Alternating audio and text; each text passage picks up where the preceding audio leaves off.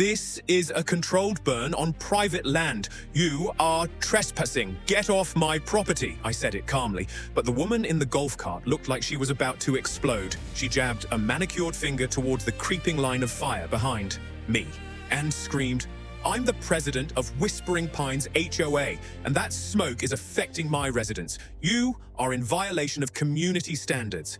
Community standards. On my 500-acre timber tract, that was the exact moment I realized this wasn't about safety, smoke, or property values. It was about power. And she had just picked a fight with the wrong man. If you've ever dealt with an HOA that thought it was above the law, stick around, because the ending on this one is unbelievably satisfying. My name is Jack Sterling. I'm a retired colonel from the US Army Corps of Engineers. After 30 years of high-pressure work, I bought 500 acres of longleaf pine forest for one reason: peace. No politics, no noise, no committees, just land, trees, and the kind of quiet you can actually feel in your chest. My plan for the property was simple: sustainable timber management, controlled burns. Restore the native ecosystem. Leave the land better than I found it. On one side of my property sat Whispering Pines Estates, a brand new subdivision filled with identical houses, perfect lawns, polished mailboxes, and the kind of neighborhood where every blade of grass looked like it had signed a contract. When I bought the land, my attorney made it crystal clear. My property was completely separate from that HOA. Different parcel, different deed, different plat map. Their authority stopped cold at the property line. For the first year, everything was fine. Then Karen showed up. 3 days after our run-in at the burn line, I found a cream-colored envelope in my mailbox with the Whispering Pines logo stamped across the front like it was some kind of royal decree. Inside was a violation notice from the HOA. They fined me for unapproved landscaping activity. That was the controlled burn. Then public nuisance. That was the smoke. Then failure to maintain aesthetic standards. That was my forest. Attached was an invoice for $150. I laughed at first. Honestly, I did. It felt like getting sued by a toddler with a clipboard. But then I read it again, and what hit me wasn't how ridiculous it was. It was how confident the letter sounded. This woman wasn't confused. She wasn't mistaken. She fully believed she could bully me into obedience simply because that tactic had probably worked on everyone else around her. So I went into my office, grabbed a heavy-duty binder, and wrote 6 words across the front, in black marker, Operation Whispering Pines. Every letter went into that binder, every fine, every threat, every envelope, because if Karen wanted to turn this into a paper war, I was going to let her build the case against herself.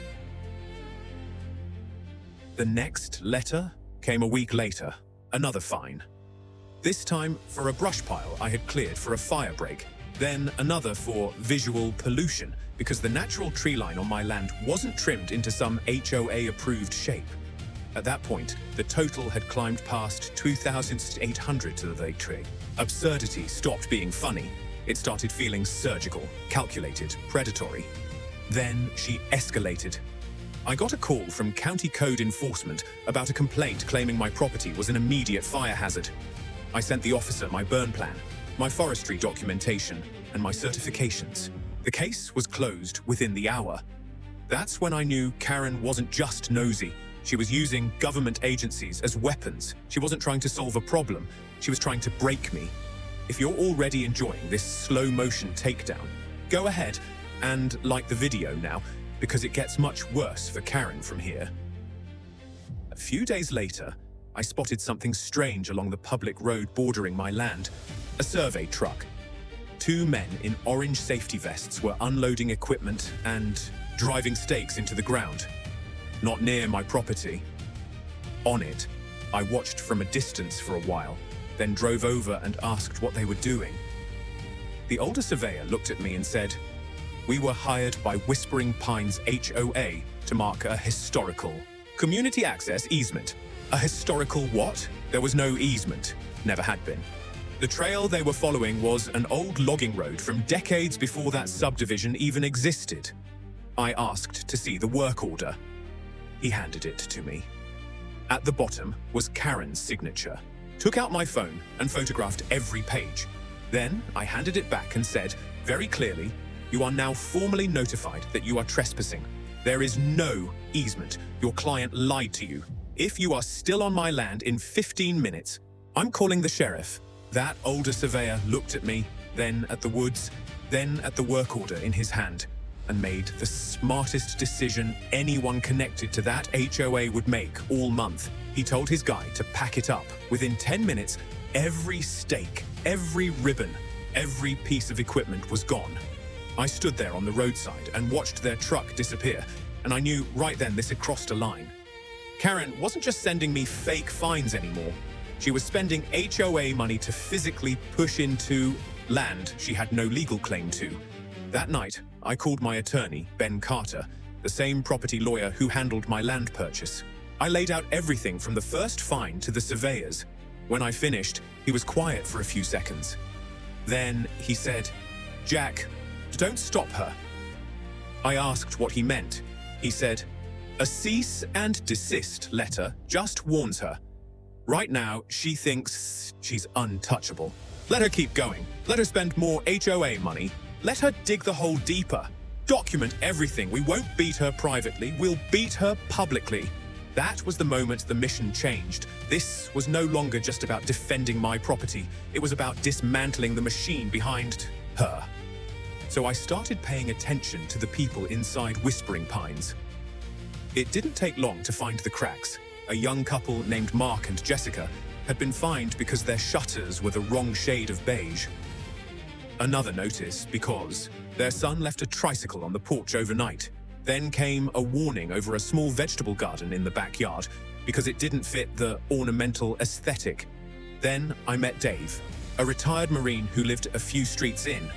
He had an immaculate flagpole in his yard and a thick folder full of violations. Karen had been fining him for 2 years because his American flagpole was 25 feet tall instead of the HOA-approved 20. He even showed me a letter from the HOA's lawyer trying to intimidate him into compliance. That was gold. Now I had a pattern. Not just overreach against me, but harassment against her own residents. And then I found the person who blew the whole thing wide open. Her name was Sarah, retired CPA, former HOA treasurer, quiet, sharp, done with Karen. The first 2 times I tried talking to her, she brushed me off. So, instead of pressing, I left a folder on her doorstep. Inside was a clean summary of everything I had gathered. The illegal fines, the fake easement survey, the resident complaints, the lawyer letter. On the cover, I wrote one line. "What's happening here is wrong. If you agree, call me." 2 days later, my phone rang. She told me to meet her at the public library, alone. Bring a flash drive. At the library, she got straight to the point. Karen runs the HOA like a personal slush fund. Then she handed me access information for the HOA's financial records. What I found that night was worse than I expected. A $30,500 payment to the surveying company labeled Landscaping Contingency. Monthly legal retainers so high they made no sense for an HOA that size. Printing charges going to a company owned by Karen's relative. Vague budget categories, missing documentation, no real oversight. Over the previous few years, tens of thousands of dollars had disappeared into a black hole called community enhancement. The people in that neighborhood weren't just being controlled, they were financing their own abuse. At that point, I stopped seeing Karen as a loud HOA president. I started seeing her for what she really was, a small-time tyrant who had gotten too comfortable, and comfortable tyrants make mistakes. If you've made it this far, subscribe right now, because this next part is where the whole thing turns from a neighborhood feud into a full public collapse. The annual HOA meeting was 3 weeks away. Ben and I built the plan carefully. I would go first and present the certified plat map showing my 500 acres were outside HOA jurisdiction. Then, I'd show the illegal fines and the survey work order. Dave would go next and expose the flagpole harassment and the lawyer's threatening letter. Mark and Jessica would follow with the petty violation pattern everyone in that room had either experienced or feared. Then I'd deliver the final blow, the financial records. But Ben's real genius was the trap. Instead of immediately calling for Karen's removal, I would propose a special assessment, $20 per household, to cover the $3,500 Karen spent trying to survey my land. That would force every homeowner to confront the truth in personal terms, not abstract corruption, their money, their dues, their wallet. And once that anger lit the room on fire, Dave would stand and make the motion to remove the entire board. The night before the meeting, we gathered in my workshop for one final run-through. It felt less like neighborhood planning and more like a mission briefing. The map was ready. The documents were organized. The talking points were memorized. We all knew Karen would try to interrupt, redirect, or bully her way back into control. But this time, she wouldn't be dealing with isolated homeowners. She'd be facing facts, and facts don't flinch. The clubhouse was packed the next evening. Beige walls, beige carpet, beige folding chairs. At the front sat Karen and her 4 board members, looking smug, bored, and completely unaware that they were about to walk into their own political funeral. The first hour dragged on with meaningless reports and vague financial summaries. Then, Karen opened the floor for comments. I stood up. You could feel the shift in the room. She saw me and immediately tried to shut me down. "This open forum is for HOA members only," I answered calmly. "Your board used HOA funds in direct actions against me and my property. That makes this a matter for every member in this room." She hesitated. That hesitation cost her everything. She gave me 2 minutes. I walked to the front, turned to face the room, and held up the certified county plat map. This document shows that my 500-acre timber tract is not, and has never been, part of Whispering Pines Estates. Then I held up the stack of fines. "Despite that fact, your HOA president sent me thousands of dollars in illegal violations for activities on my own land." Then I held up the photos of the survey work order, and then she used your money, $3,500 of it, to send surveyors onto my property under the false claim of a community access easement. The room came alive. Murmurs, whispers, heads turning. Karen shot to her feet, face red, voice shaking, trying to call me out of order. I didn't even look at her. I just repeated the number. $3,500 from your HOA funds. Then I sat down. Dave stood up next. He held up the lawyer's letter and asked the room how much HOA money had been spent threatening a veteran over an American flag. Then Mark stood. Then Jessica. Then people all over the room started speaking at once, each with their own story, their own fine, their own warning, their own resentment. Karen kept slamming the gavel, but it was over. Her authority had evaporated in real time. That's when I stepped up one last time and sprung the trap. In light of the $3,500 spent by the board in its dispute with me, I said, I move that a special assessment be placed on each household to replenish those funds. The room exploded. People shouted, "Absolutely not!" Another yelled, "She spent it! She pays it!" Perfect. Then, Dave rose to his feet and delivered the kill shot. I moved for a vote of no confidence and the immediate removal of the entire board for financial mismanagement and breach of fiduciary duty. Mark seconded it. The vote came fast. All in favor. It sounded like the roof was going to lift off that clubhouse. All opposed? Silence. Pure silence. Karen just stood there, frozen. For one long second, she looked like she genuinely couldn't believe the room had turned on her. Then, she grabbed her purse and walked out. Her board followed right behind her. Just like that, it was over.